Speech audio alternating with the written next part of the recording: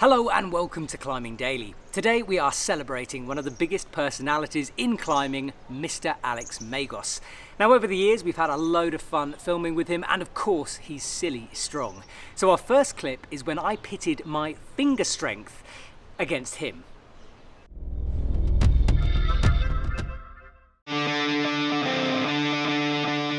The plan is that I have a go, we see what my scores are like, and then Alex has a go, we see what his scores are like, and we see... Pretty average, I reckon. Pretty average, I reckon. You reckon? That's good for me. But we'll see like how we compare, I guess, and how humiliated I'm going to be at the end of the day. Perfect, sounds good. Let's do it. All right, let's do it. So talk me through this device, which looks a little bit like some kind of medieval torture thing. What's going on here? We are measuring your body weight first, and then we are measuring the crimp power on the left hand, the maximum power, and then on the right hand. Then we have the maximum power in kilogram, and normally on the homepage it is created automatically that it is compared to your body weight. Cool, I'm carrying a little Christmas weight at the moment, so take that into consideration, yeah? Very nice. So I got 51-ish on both hands, yeah? That's really good. Alex Megos is literally twitching to get on this behind me. He's warming up, he's doing all types of finger things. It might be cheating, that. So this is the moment where once again I get humiliated on Climbing Daily. Jesus! so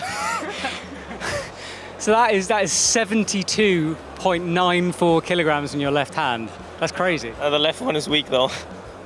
Oh, good. The left one always needs more warm-up than the right one, so... Okay.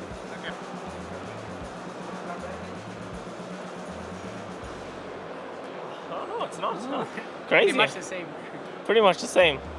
That's good. So left hand is not so bad, actually, huh? Mine was 51, yours is 72. So yeah, I can pull 20 kilos more, but I'm 5 kilos lighter.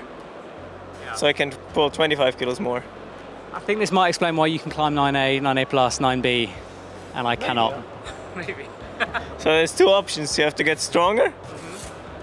Oh, that's actually the only option, huh? Next, we go to Cafe Craft, where Alex was using mental training from the Mastermind book. I find a project, I can't do the moves or I can't link sections, and obviously afterwards I try to build my training around that project, so I'll try to replicate the project somehow to get up it. The first time I ever did that was with lucid dreaming. That was like 2.5 years ago, because I realized I couldn't do the boulder problem. Went back home, a friend of mine made me a wooden hold, which I built a replica with at the Cafe Craft gym at the 45-degree wall, and just trained on the replica for about 10 days. I think what helped me with that was that I got confidence out of it. So in the 2 weeks before I felt really confident just because I was training on the replica, and it felt like I'm doing something towards getting myself up that project, and that was a good feeling. So when I was actually flying to Bishop, I was flying there with a mindset that I'm prepared, I'm ready, and I'll just go there and do it. I definitely change my training according to my projects. When I've got a route that's got 20 moves, power endurance, then I'm not specifically trying to replicate the route, but I'm trying to replicate the style of the route, which means I'm trying to make up a circuit, for example, with 20 hard moves in similar style. So if the route is on pockets, then on pockets. If the route is on crimps, then on crimps, or on pinches, and so on. When I'm scared about a move, I try to do the move over and over again. So I try to make sure that I've got it dialed. And what always helps me is, especially when it's a move in a route, I'll do the move as an individual move, which means I can normally do it quite easy. And then I just picture myself doing the move exactly that easy when I come from the ground. The more stressed out you get about it, the harder it gets to actually send. So I'll just try to take it as easy as possible and tell yourself, it'll happen at some point, whether it's this go or next go, who cares? And just don't focus too much about actually sending it, but trying to still enjoy the process, and at some point it will happen.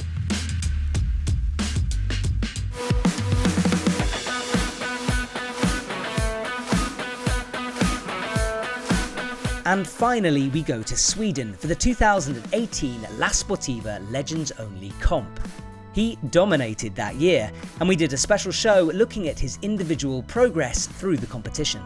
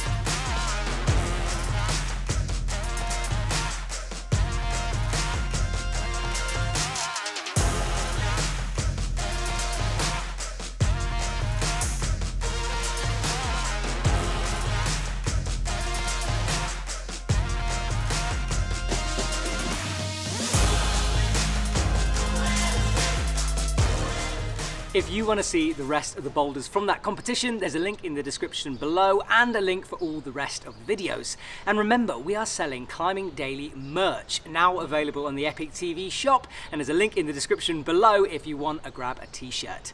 Thanks for watching, and I'll see you soon.